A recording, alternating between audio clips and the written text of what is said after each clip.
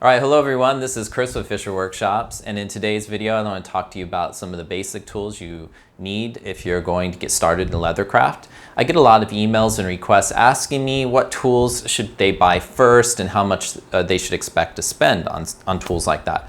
So I hope this video is helpful for some of you who have those kind of questions, and it can give you a little bit of a basic idea of the background of those tools, what they're going to cost, and what questions you should ask yourself before you go out and purchase. So one of the first things that you should consider before you even buy your tools is your workspace. Do you have a table that's high enough? And I prefer a table that can be elevated high enough that I can do my work standing up. I don't even need a chair.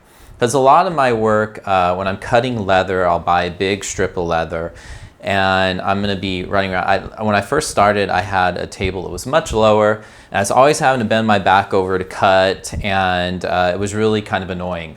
So I really recommend you get a table that you can elevate, lift up. My table is right where my hands are right here. Although you can't see it, it's elevated high enough. And I have a workbench with a swivel chair here that can go up and down.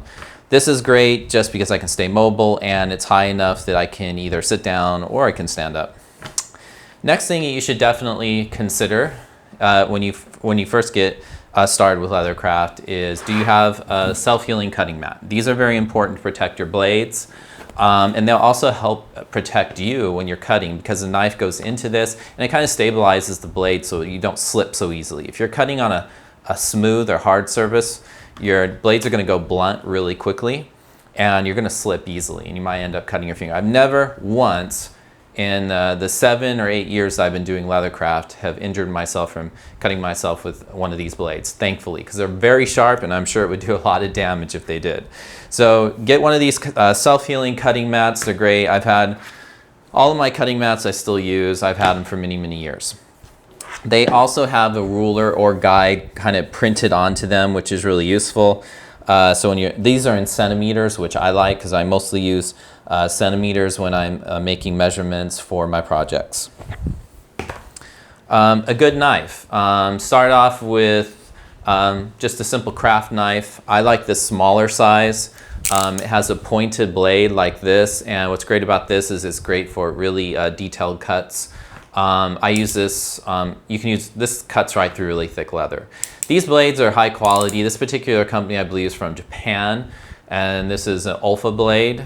I prefer these over all the craft blades that I buy. They work great, they're not too expensive, and they last a long time. So you can consider that. Definitely get a good crafting blade. Next thing is definitely you're gonna need some, I really recommend a metal ruler. Something like this. I have 3 different sizes. I have a short one, this is the medium, and then I have a very long one. These metal rulers are great for just about everything you're going to need in Leathercraft for cutting your leather with. And very sturdy as well. Here's a tool I think a lot of people don't think about when they get into Leathercraft, is a circle cutter. And if you watch any of my videos, you'll notice that I use a circle cutter all the time. And basically, just like you would have with the compass, it has a blade on the end right here, and this swivels around so you can cut perfect circles of any dimension. It does a perfect job. It's great. The only problem I have with this is it can only make so big of a circle, but that's a pretty big circle, and I think most of the time in Leathercraft, you're not going to be cutting many circles bigger than that. But if you do, I've made jigs for this that have extended it out big enough to make a circle the size of a tire, and it still works great. So these are a must-have in my opinion. Mallets. Mallets are, you're going to be using these all the time for punching stitching holes, for doing all kinds of things with your Leathercraft, setting buttons. But this is probably one of the cheapest mallets that you can buy. This is a wood mallet. I've had this wood mallet for years and it still works. And this one cost me $3 US. So you don't have to break the bank when you get started with Leathercraft and you want to buy a mallet like this. It's really cheap and these work great. It's gives a little weight to it, but it's not as heavy as one of these poly mallets. And these poly mallets are better, but they cost significantly more. I think this one I paid about $20 for. This is a Tandy. And it's a good mallet. I've really enjoyed it and I still use it. And it's a little bit tougher. It has a little bit more weight to it. And it is a better mallet, but this can do just about the same as good of a job. So if you want to save some money, you can pick up one of these all wood ones. Where do you shop for something like this? I don't know if they sell these at a lot of Leathercraft stores. They do here where I live in Taiwan.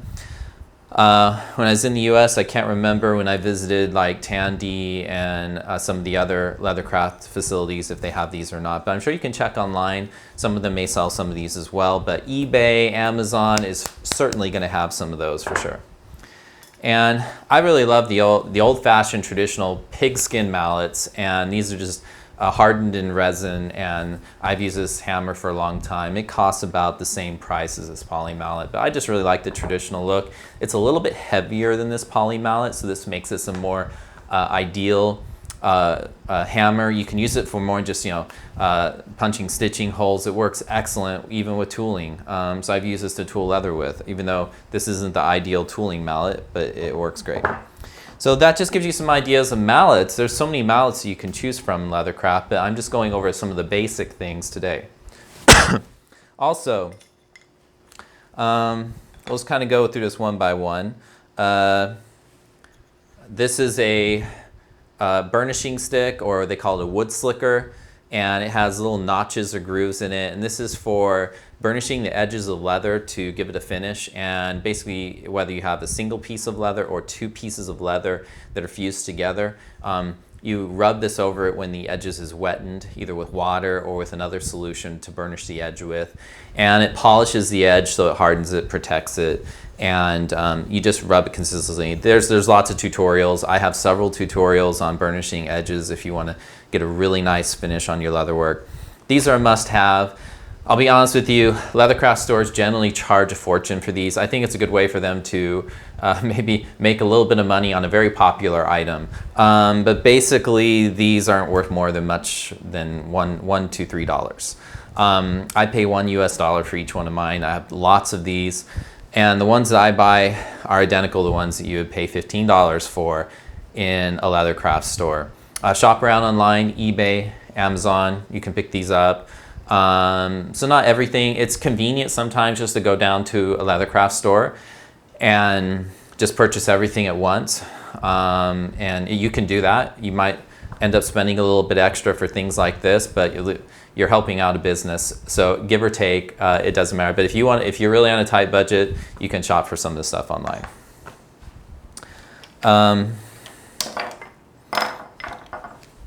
Next, let's go over these poly mallets.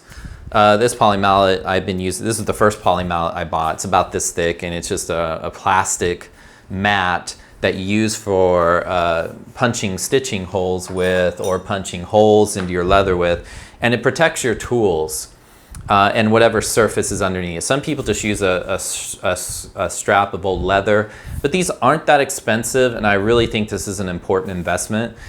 These will protect the teeth of the stitching chisel as it punches through the leather, because sometimes it goes all the way through, and it will keep these teeth from getting damaged. You never want to use this on a hard surface because it will bend or damage this tool. And some of these are very, very expensive. People spend sometimes $30 to $50 US per stitching chisel. It just depends on if it's a high quality pricking iron or whatever you're using for making your stitching holes in your leather. So this is an absolute essential if you're going to be doing hand stitching, which I assume as a beginner you will be doing mostly hand stitching with your Leathercraft. Pick up some stitching chisels. You'll need, like, this one has 4 prongs, 2 prongs, and a 1 prong. I personally prefer to have these 3 sizes, so 4, a 2, and a 1. But I have some with 6. I have larger ones. Some of my stitching chisels are for lacing and other things like that. But for just getting started for basic stitching, you want to have something like this. And this is made by the company Kyoshin L. They're from Japan. I really like this company. I think they produce some pretty high quality tools, especially with I like their stitching chisels. They're really nicely polished. They're made of a little bit more resilient of a metal. I'm not sure what kind of metal it is. It's probably just stainless steel, but it's really tough, and I haven't had any problem with these at all. They go in and they come out really nice, and they produce a really nice finish on on my leather. So that's a fairly affordable one. And if you buy, I go to Japan sometimes, so I stop by Kyoshino and I pick these things up. So you can order them online though, and I think you can pick them up on eBay and Amazon. And this pair here is a little bit expensive. I think these were about, for both of these, was about $30 US. But you can get some really cheap ones. These were the first pair I got, and I think these were about $8, and these are made by Tandy. And other companies have their own brand. They're very similar. They're not too expensive.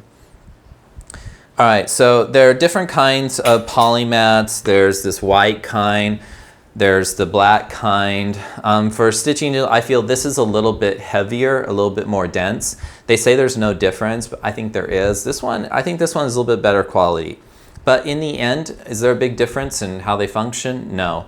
I think you can get away with using either one of these, but if you had to pick, go for the black. This has been one of my favorite tools when it comes to hand stitching. I made a whole bunch of these. I think I have about 5 of these. And I made them myself just because when I first started Leathercraft, I thought they were really overpriced. So I go to some stores, really cheap looking ones that looked like they're made out of plywood were basically running $30, $40. And now you can get them a lot cheaper than a few years ago. Now they're making them for really high quality ones, I'd say for $20 that are maybe even better than this. But this one is great. It has a spring retraction. I found a YouTube video. Someone else made it. I forget who they are, but thank you to them. And they gave a simple design and idea, and I think in one day I pumped out 4 or 5 of these, and I did it for just with some scrap wood I had lying around the house, or even some old furniture that I didn't need.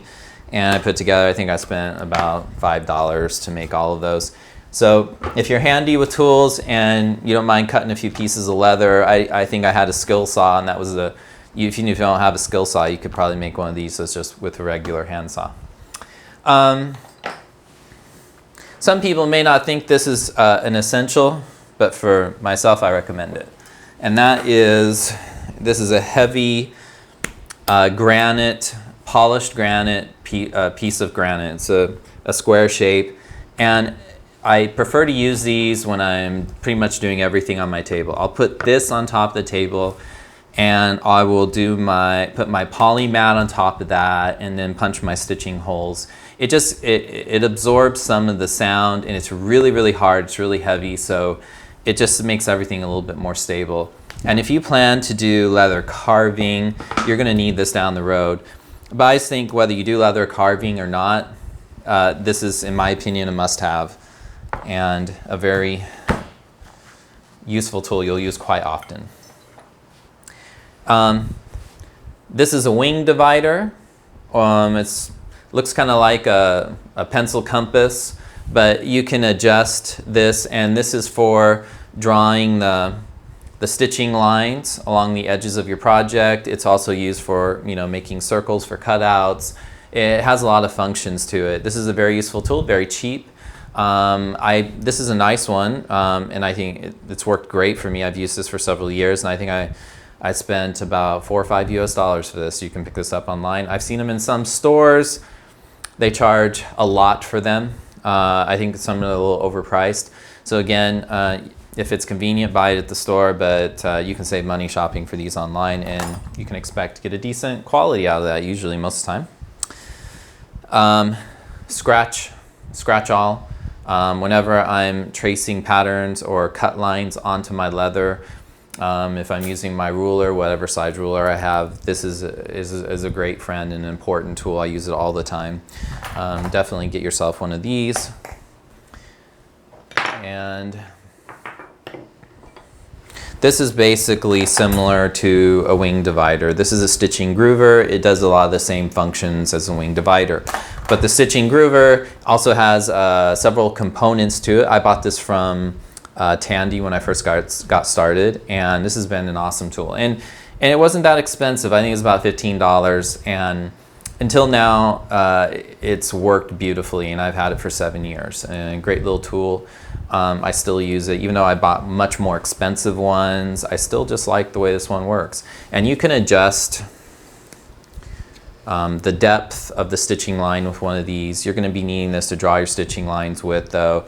And this one has one that just draws a line, and it has another head, which is on it right now, that carves a small groove.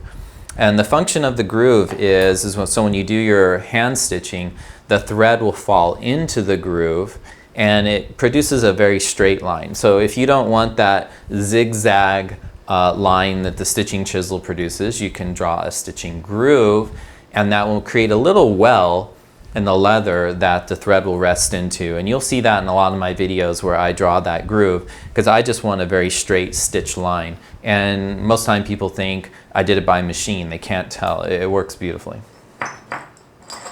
I definitely would pick up some hole punches. You're going to be punching holes all the time for buttons and rivets and all kinds of different things that you're going to be using for lacing. But these have interchangeable heads, and the only hassle is with these is you got to switch the heads. But this is the most affordable approach, I think. You can buy individual hole punches, which I have as well. But when I first got started, they recommended me just to buy a kit and you could change these heads. It was cheaper, and then I had all the hole sizes I needed to work with. They also have hole punch pliers that you can buy. Those work great too. I just prefer the ones that I can use my mallet with. A sanding stick is a leather crafter's friend. You're going to be using these all the time. There's all kinds of sanding sticks and sizes and grids that you can pick up. And definitely you want to do this is for just making your edges even and smoothing them out. This is also very important to have. If you're going to be using buttons on your projects, if you're making a wallet or something like that, then these button setters are very important to have too. So when you go shopping, make sure you get the right size of button setter for the size of button that you're going to be using. And there are all different kinds of edge bevelers. I have tons of edge bevelers, different sizes, made by different people. I've got Barry King, I've got Craft Tool Pro, I've got Original Craft Tool, I've got Kyoshin L, Craft Japan. There are all different kinds of companies that make these. They all work fairly well depending on what you're going to use them for. The key point is the depth. How much leather do you want to trim from the edges? And this is used before, you definitely want to use these before you're going to use a wood slicker to burnish your edges, because you don't want to have the leather mushroom over. But these just trim those edges for you so that you get that nice rounded look when you burnish the edges with them. This one made by Tandy, I think I paid about $8 for. This one's a little bit more expensive. I think it's about $25 for a Craft Tool Pro. It works good. It's stainless steel, but you know, to be honest with you, it doesn't work any better than this one. I've used this one for 7 years. This one's Barry King. These work great too. They're quality tools. You're just going to spend more because these are pretty. And I think Barry did a really nice job on these. A nice wood handle to it with a little bit of a bronze edge here. Beautiful looking tool, but pricey. I think around $35. Glass burnisher. I'm not sure if this is what I would consider an essential product, but I do use it a lot. They have a lot of different uses for them that you can use, but mostly it's meant to burnish. It has a rounded edge on it, and it has a beveled edge, so it's very smooth, and it's great for rubbing the back surface of the leather, the grain, the fleshy rough side of the leather, so that it can smooth it out when you burnish it. And you can do the same thing though with one of these wood slickers. That's why we have this long edge here. So you could put this flat over the leather and burnish it just like you would one of these. Which one works better? I think they work about the same.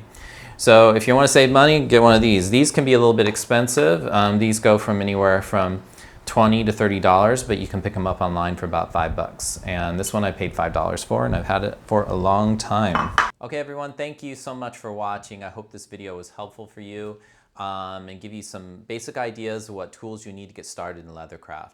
If you'd like to know more about Leathercraft in general or as a whole, please visit my website at fisherworkshops.com. Where you'll find a lot of useful information and resources there as well. I also have a lot of projects, patterns, tutorials that you can choose from, and you might find something that you're interested in making as well. All right, so please don't forget to like and subscribe to Fischer Workshops and click on the bell for notifications. Thank you for watching.